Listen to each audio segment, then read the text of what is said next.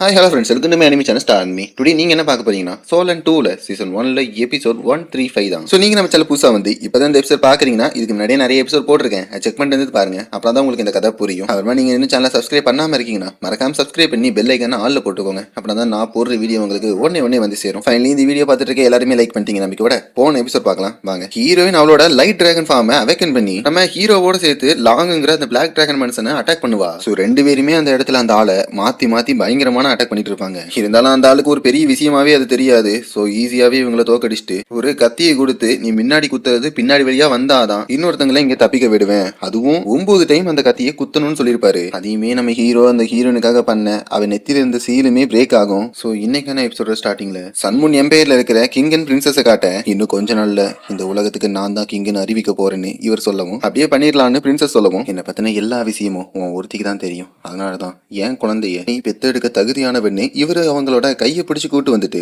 ஏதோ ஒரு பெட்டி மாதிரி இருக்கு, அதை ஓபன் பண்ணா இவரோட ஜெனட்டிக் அதுக்குள்ள இருக்குன்னு சொல்றாரு. அப்படியே என்னோட டிராகன் வாரிசை பெத்தெடுத்துருவல்லன்னு இவர் கேட்கவும் ஆரஞ்சு பிரின்சஸுமே உங்களை அவமானப்படுத்த மாட்டேன்னு சொல்லுவாங்க. இங்க பாரு, அதிகமா யோசிக்காத, நீ பெத்தெடுக்க போற குழந்தை என்னோடது, ஏன்னா நான் மட்டும்தான் அவனுக்கு அப்பனா இருக்க தகுதியானவன். அதனால கொஞ்ச நாளைக்கு உன் வேலையெல்லாம் தள்ளி போட்டு பிரெகன்சியா இந்த இடத்துல பத்திரமா இருன்னு இந்த கிங் சொல்லவும் சரின்னு இந்த பிரின்சஸ் சொல்லிட்டு வேற ஒரு இடத்துக்கு வந்து இவர் ஜெனட்டிக்கா கொடுத்த அந்த ஊசியும் நம்ம ஹீரோ கிட்ட இருந்து எடுத்த அந்த ஊசியும் கையில வச்சு பாப்பாங்க.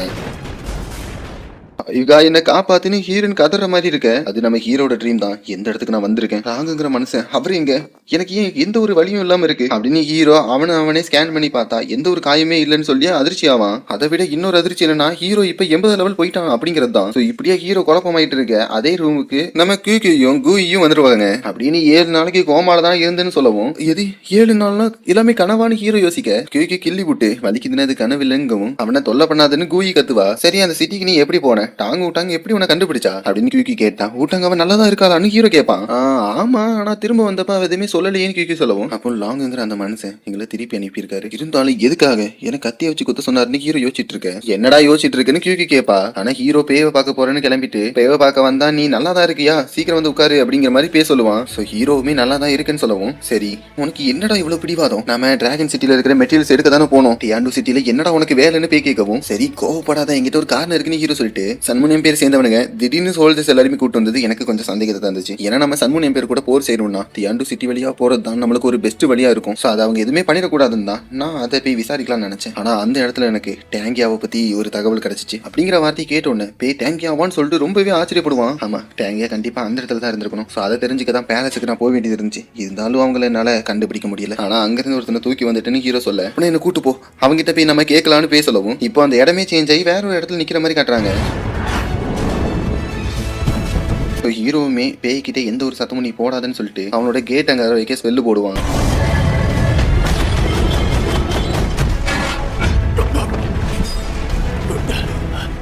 ஏய் உன்னோட பேர் என்னன்னு ஹீரோ கேட்கவும் நீ யாருன்னு இவர் கேட்பாரு. நான் யாருன்னு தெரிஞ்சுக்க தேவையில்ல, சாங்லி சர்ச்சில இருந்து என்ன அனுப்பியிருக்காங்கன்னு உனக்கு தெரிஞ்சா மட்டும் போதும் அப்படின்னு ஹீரோ சொல்லவும் நீங்க சர்ச்சில இருந்தா வந்திருக்கீங்களான்னு இவரு காலையே விழ ஆரம்பிச்சிருவாரு. சரி ஏன் அந்த பேலஸ்ல மயக்கம் போட்டு இருந்தேன்னு ஹீரோ கேட்கவும் அங்க யாரோ ஒருத்தன் வந்தான், அவன் எல்லாரையுமே அடிச்சது போதான்னு என்னையுமே அடிச்சு மயக்கம் போட வச்சிட்டாருன்னு எல்லாரும் சொல்லவும் சரி சயின்டிஸ்ட் அங்க இருக்கணுமே அவங்க எங்க போனாங்கன்னு ஹீரோ கேட்கவும் அவங்க தான் ஹெவன்லி சோல் எம்பையரோட படையில முன்னாடி நின்று போர் செய்ய போயிட்டாங்களேன்னு இவர் சொல்லவும் சரி இன்னொரு சயின்டிஸ்ட் இருந்தாங்களே அவங்க எங்கன்னு ஹீரோ கேட்க அவங்க தலைமையாகன்னு இவங்க ஏதோ ஒன்று சொல்லி வந்துட்டு இல்ல நீ கண்டிப்பா சர்ச்சில இருந்து வந்திருக்க கூடாதுன்னு இங்க இருந்து ஓட பாப்பாரு. இருந்தாலும் ஹீரோ விட மாட்டான், சோல் கண்ட்ரோல் ஃபயர்ங்கிற ஒரு இதை யூஸ் பண்ணுவான். சொல்லுடா அவனு ஹெட் குவார்டர்ஸ் எங்க இருக்குன்னு ஹீரோ கேட்கவும் இவனுமே மெயின் ஹெட் குவார்டர்ஸ் சொல்ல வரான். இருந்தாலுமே ஏதோ ஒரு சக்தி அவனை அழிக்கிற மாதிரி தெரியுது.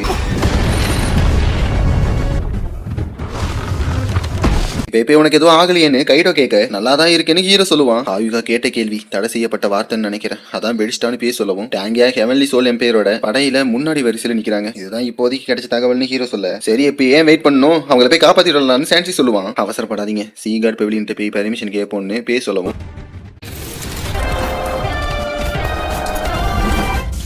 டேங்கியாவை பத்தின செய்தியானு ஷுவான் ஷாக் ஆகவும் அவ இப்போதைக்கு டியான்ஹுன் எம்பரர்ல இருக்கா, அப்படியே அங்க இருக்கிற முன்னணி படைய அவ தான் வழி நடத்துறா. சோ இந்த இடத்துல டேங்க்ல நாங்களா ஒரு முடிவு எடுக்கக்கூடாது இங்க வந்திருக்கோம்னு பேச சொல்லவும் சரி டேங்கியாவை காப்பாத்தணுமா நான் உங்க கூட 2 டைட்டில் டூலுவோ அனுப்பி வைக்கிறேன். சோ அவங்க வரனாலேயே நீங்க ஜெயிக்கிற வாய்ப்பு அதிகமா இருக்குன்னு ஷுவான் சொல்லவும் இவங்களுமே நன்றி சொல்லுவாங்க. சரி டேங் ஊடாங் அவ என்ன கூட்டு வந்ததுக்கு அப்புறம் எங்க போனான்னு ஹீரோ கேட்கவும் அவ உன்னை கூட்டு வந்ததுக்கு அப்புறம் தனியா போயிட்டாடா, என்ன ஆச்சுன்னு எனக்கே தெரியாது, ஏன்னா அந்த அன்னைக்கு அவ ரொம்பவே வருத்தத்தோட இருந்தா. அப்படியே பிராக்டிஸ் பண்ண போறேன் யாரும் தொல்லை பண்ண கூடாதுன்னு தான் சொல்லிட்டு போனா அப்படின்னு ஷுவான் சொல்லிட்டு விளையாண்டுட்டு இருந்தா இந்த டைம் இவங்களுக்குள்ள ஏதாவது நடந்திருக்குமான்னு போய் யோசிப்பான். சரி அதை விடுங்க, நீங்க டேங்க் வேனுக்கு போயிட்டு ப்ரிப்பரேஷன் ஸ்டார்ட் பண்ணுங்கன்னு ஸ்வான் சொல்லவும் இவங்களுமே சரின்னு கிளம்பிடுவாங்க. சரி நான் கோமா இருக்கும்போது அப்படி என்ன நடந்துச்சு, நான் இவ்வளவு சீக்கிரமா குணமாயிருக்கேன், அந்த லாங்குங்கிறவர் அவர் என்னாருன்னு ஹீரோ கேட்க, அட நீ வேற, நாங்களாம் ரொம்ப பதட்டமா இருந்தோம், ஆனா அந்த இடத்துல ஒண்ணு நடந்துச்சு அப்படின்னு அந்த இடத்துல என்ன நடந்துச்சுன்னு காட்டுறாங்க.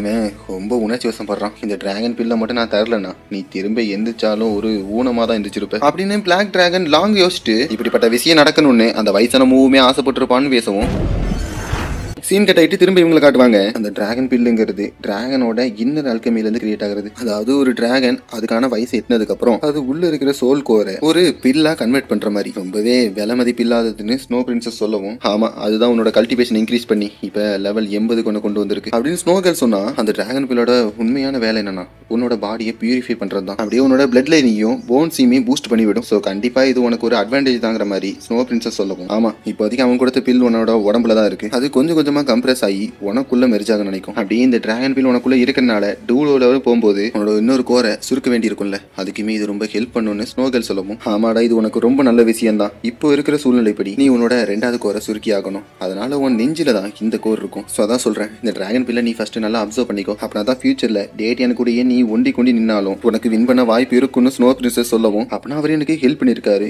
இருந்தாலும் ஏன் இப்படி பண்ணாருன்னு ஹீரோ கேட்க, அவன் ஏதோ பேசினான்டா, இதுக்கெல்லாம் காரணம் உன்னோட டீச்சர் மூ தான் அப்படிங்கிற மாதிரி ஸ்கை ட்ரீம் சொல்ல, சீன் கட்டிட்டு பிளாக் டிராகன் காட்ட அந்த வயசானவை என்ன நினைச்சிருக்கானே தெரியல, ரொம்ப வருஷத்துக்கு அப்புறம் இப்படி ஒரு விஷயத்தை கேட்டிருக்கான் அப்படின்னு பிளாக் டிராகன் புலங்கிட்டு இருந்தா. மாஸ்டர் மூ அங்க வருவாரு. அவருகிட்டயுமே அவரால் ஏதோ ஒண்ணு பண்ண முடியாதுன்னு சொல்லிட்டு அந்த ஹோலி ஸ்பிரிட் கிளானோட விஷயத்தை இவங்க கையிலேயே கொடுத்துறங்கிற மாதிரி சொல்லியிருப்பாரு. ஸோ சீன் கட் ஆயிட்டு இவங்களை காட்ட, கண்டிப்பா அதுக்கு உன் டீச்சர் தான் காரணங்கிற மாதிரி ஸ்கை ட்ரீம் பேசும். என்னோட மாஸ்டர் லாங்குங்கிற அவர்கிட்ட பேசியிருக்காருனா அவர் ஏன் இன்னும் ஹோலி ஸ்பிரிட் சர்ச்சில் இருக்காரு அப்படின்னு ஹீரோ சோகமாயிட்டு இருக்க. சரி நீ கவலைப்படுறதை நிறுத்திட்டு எனக்காக ஷியோகோ பாயை கூட்டு வர முடியுமான்னு ஸ்னோ பிரின்சஸ் கேட்க, ஐயோ நான் அவனை மறந்தே போயிட்டேன்னு ஹீரோ ஷாக் ஆவான். சரி அவனுமே ரொம்ப புத்திசாலியான பையன் தான், நீ லாங்குங்கிற அவர்கிட்ட தோத்ததுக்கு அப்புறமும் உன்னை ட்ராக் பண்றதுக்கு அவன் உன்னோட பிரீத்தை முடிஞ்ச அளவுக்கு அவன் கண்டுபிடிச்சு வந்திருப்பான், இப்போ எங்க இருப்பான்னு வேற தெரியலையேன்னு ஸ்னோ பிரின்சஸ் கேட்க, நம்ம கரடி பையை தான் காட்டுவாங்க. அவனை பார்த்தா தேடி வர மாதிரிலாம் தெரியலங்க, எனக்கு ரொம்ப பசிக்குதுன்னு இவன் யோசிச்சுட்டு இருக்க. ஷியோபான்னு ஹீரோ கத்துவான். பாய்ஸை கேட்டும் பையன் அழுகுற மாதிரி ஆயிரு. மன்னிச்சிடா லேட் ஆயிடுச்சுன்னு ஹீரோ சொல்லவும் பையன் கதற ஆரம்பிச்சிருவான். அப்படியே ஒரு வழியா நீ வந்துட்டியான்னு அழுதுகிட்டே முன்னாடி வந்து ஹீரோவை கட்டி பிடிச்சிருவான். அதோட எனக்கு ரொம்ப பசிக்குது அப்படிங்கிற மாதிரி சோகத்தோட ஹீரோவை பார்க்க தெரியும், அதனாலதான் நானுமே உனக்காக கொண்டு வந்திருக்கேன். ஹீரோ அவன் மேல சாப்பாடு மலையை கொட்டுவான். பயப்புல ரொம்ப குஷி ஆயிட்டு தாத்தா ரொம்ப நன்றியா அப்படிங்கிற மாதிரி சொல்ல, இதோடய இந்த எபிசோடையுமே முடிச்சு வைக்கிறாங்கன்னு நினைக்கிறேன். ஸோ இந்த ஒரு எபிசோட்ல நிறைய டீட்டெயில்ஸ் சொல்லியிருப்பானுங்க. ஹீரோ எப்படி பொழைச்சிருப்பான்னு சொல்லிட்டு யாருமே எதிர்பார்க்க முடியாது. தக்காளி அவர் அவ்வளவு வேலையை பண்ணி விட்டு ஹீரோவை பொழைக்க வர வச்சிருக்காரு, என்ன கதைனே புரியல. ஆனா எபிசோட் ஒரு பக்கம் இருக்கட்டும், நம்ம டீட்டெயில் சொல்லிக்கிட்டா 135 எபிசோடு வரைக்கும் தான் சோல் அண்ட் ரிலீஸ் ஆயிருக்கு. ஸோ இந்த நிலையில நான் த்ரோன் ஆஃப் சீல வேற சீசன் 1 ஃபுல்லா கம்ப்ளீட் பண்ணி வச்சிருக்கேன், சீசன் 2ல வேற நிறுத்தி வச்சிருப்பேன். அதுதான் இனிமே சேனல்ல ஓட போகுது. சீசன் 2 ஃபுல்லா கம்ப்ளீட் பண்ணிட்டு, அதாவது கரண்ட் எபிசோடு வரைக்கும் வந்துட்டு அடுத்து ஏதாவது போட பாக்குறேன். ஸோ இதுக்கப்புறமாவது கொஞ்சமாவது ப்ராப்பரா சேனல் ரன் பண்ணலாம் அப்படின்னு சொல்லிட்டு ஒரு மைண்ட் செட்ல இருக்கேன். அதுக்கு நீங்க சப்போர்ட் பண்ணி கமெண்ட் லைக்னு போட்டீங்கன்னா கொஞ்சம் பூஸ்டப்பா இருக்கும். ஸோ எபிசோட பொறுத்த வரைக்கும் ஹீரோ எல்லாருமே டேங்கியாவை காப்பாற்றணும்னு முடிவு பண்ணிட்டாங்க. அந்த நிலையில நம்ம ஹீரோயின் தானா அப்படின்னு ஹீரோக்கு பல டவுட் இருக்கு. ஹீரோயினுக்கு பழைய மெமரி வந்திருக்கான்னு எனக்கே டவுட் இருக்கு. இருந்தாலும் இங்க நிறைய சம்பவங்கள் நடந்துட்டு இருக்கு. வானுமே டேங்கியாவை காப்பாத்துறதுக்கு 2 பவர்ஃபுல்லான எல்டரை கொடுப்பாரு. ஸோ இதுக்கப்புறம் தான் கதை இன்னுமே சூடு பிடிக்க போகுது. என் கூட சேர்ந்து நீங்களும் பாருங்க. நான் உங்களை நெக்ஸ்ட் எபிசோட பாக்குறேன்.